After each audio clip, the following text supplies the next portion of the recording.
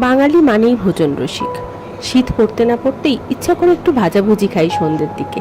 আজ সেই ভোজন রসিক মানুষদের জন্যই নিয়ে এলাম চিকেন উইংস ফ্রাই। আমি পারমিতা, আর আপনারা দেখছেন দুর্গার হেসেল। সরাসরি চলে এলাম দুর্গার হেসেলে। এখানে আমি দোকান থেকে বলে চিকেন উইংস কাটিয়ে নিয়েছি।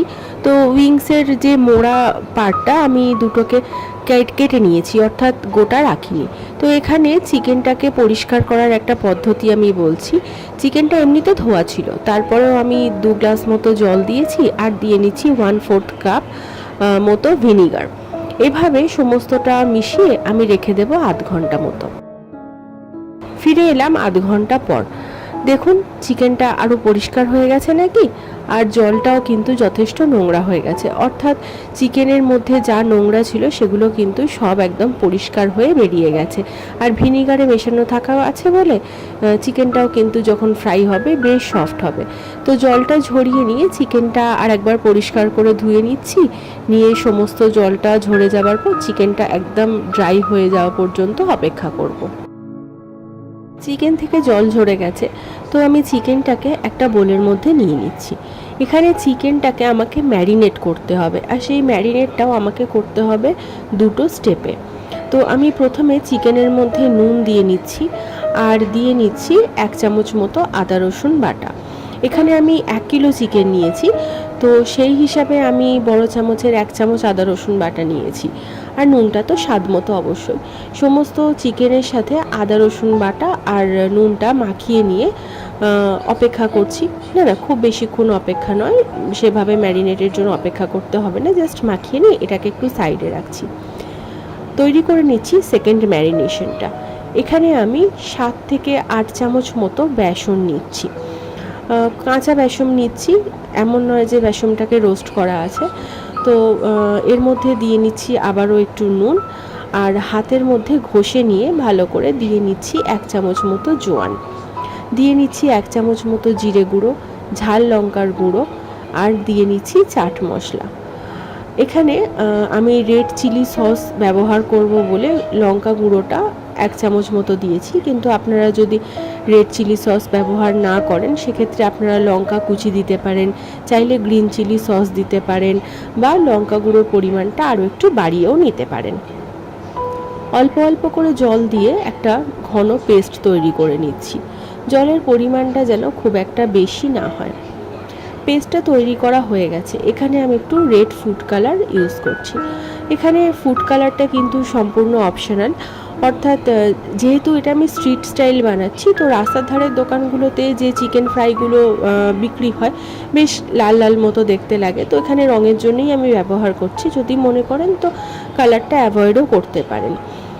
আমার যেহেতু বেকারি বিজনেস আছে, তো সে কারণে আমি এখানে যে ফুড কালারটা ইউজ করেছি এটা কিন্তু কেকের ফুড কালার। তো যারা কেক বানান তারা জানেন যে কেকের ফুড কালারের যে রেড কালারটা সেটা খুব একটা বেশি রেড হয় না, তাই এখানে একটু গোলাপি গোলাপি হয়ে আছে। আমি দেখছি যদি মনে হয় তাহলে পরে আরও একটু কালার দিতে পারি। আর যারা মানে কেকের কালার ব্যবহার করবেন না, তারা দোকানে গিয়ে যেরকম বিরিয়ানির জন্য জাফরানি রং পাওয়া যায় সেরকম কাবাবের জন্য রেড কালার পাওয়া যায়, সেটা নিয়ে নিতে পারেন। ম্যারিনেশনটা করে বেশিক্ষণ অপেক্ষা করব না। অন্যদিকে একটা কড়া নিয়ে তার মধ্যে তেল বসিয়ে গরম হতে দিয়ে দিলাম। এবার ম্যারিনেট করা মাংসটার মধ্যে আরও একটা জিনিস একটু অ্যাড করে নেব।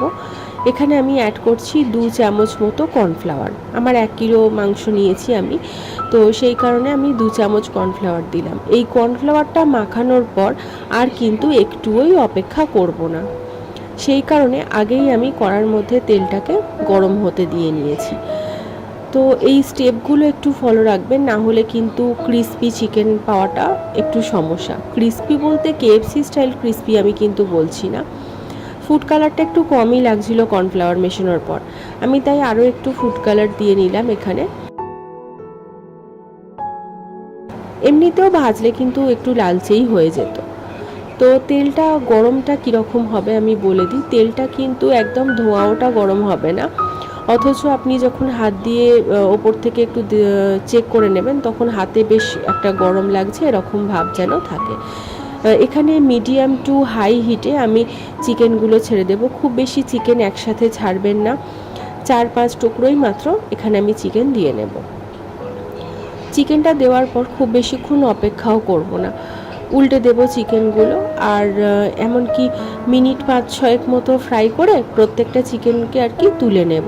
এগুলো আমি পরে আবারও সেকেন্ড টাইম ফ্রাই করব, তো সেই কারণেই এখানে আমি প্রথম ফ্রাইটাও যেটা করছি সেটা কিন্তু 5-7 মিনিটের বেশি করব না। এখানে 5-7 মিনিটের জন্য ফ্রাই করা হলেও যখন আপনি তুলে রাখবেন, যেটা গরম থাকবে, গরমটা আস্তে আস্তে সয়ে কিন্তু চিকেনটা পুরো সেদ্ধই হয়ে যাবে। তাই এমন ভাবার দরকার নেই যে চিকেনটা 5-6 মিনিটে কিভাবে সেদ্ধ হবে রে বাবা, হয়ে যাবে, আমি দেখিয়েই দেবো সেটা। তো আমার এখানে যে কটা চিকেন ছিল সব ভাজতে আমাকে 2-3 বার প্রসেসটা রিপিট করতে হয়েছে। আমি সেভাবে একটু ফাস্ট ফরওয়ার্ড করে দিচ্ছি, দিয়ে চিকেনগুলোকে সব ভেজে নিচ্ছি।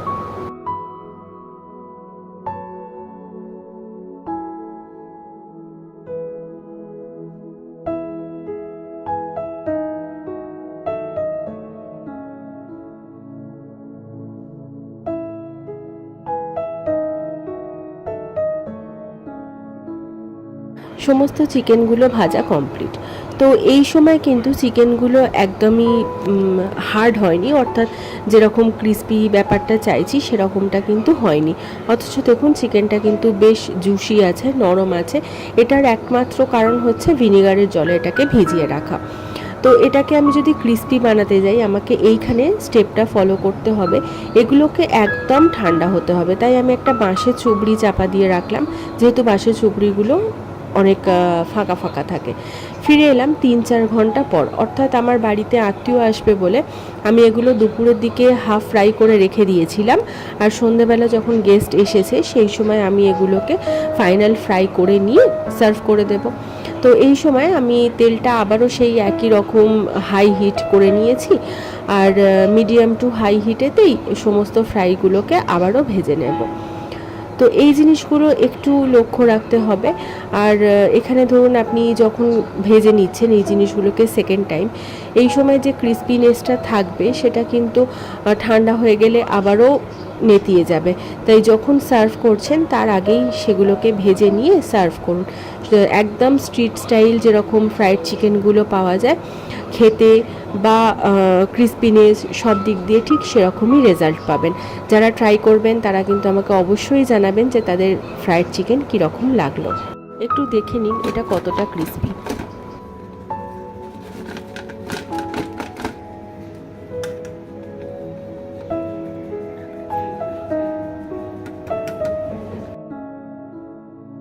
চিকেনটা ভাজতে সময় কম লাগলেও আমি একটু দেখিয়ে দিই যে চিকেনটা কিন্তু ভিতর থেকে একদম সেদ্ধ হয়ে গেছে আর ভীষণ জুসি। অথচ ব্যাপারটা হচ্ছে এই সময় চিকেনটা এতটাই গরম যে আমি হাতে করে ভাঙতেই পারছি না। কিন্তু দেখুন চিকেন একদম জুসি, একদম সফট। তো এরকমভাবে চিকেন উইংস বানান, বাড়িতে আসা অতিথিদেরকে সার্ভ করুন। আশা করি যে তাদের ভীষণ ভালো লাগবে এবং আপনার হাতের রান্না তাদের মন ছুঁয়ে যাবে। সবাই কেমন লাগলো ট্রাই করে আমাকে অবশ্যই জানাবেন। আমি অপেক্ষাতে থাকবো। এরকম আরও অনেক রেসিপি আমার চ্যানেলে পাবেন। ভালো লাগলে সাবস্ক্রাইব করে পাশে থাকবেন। আবারও দেখা হবে নতুন কোনো ভিডিওতে। ধন্যবাদ।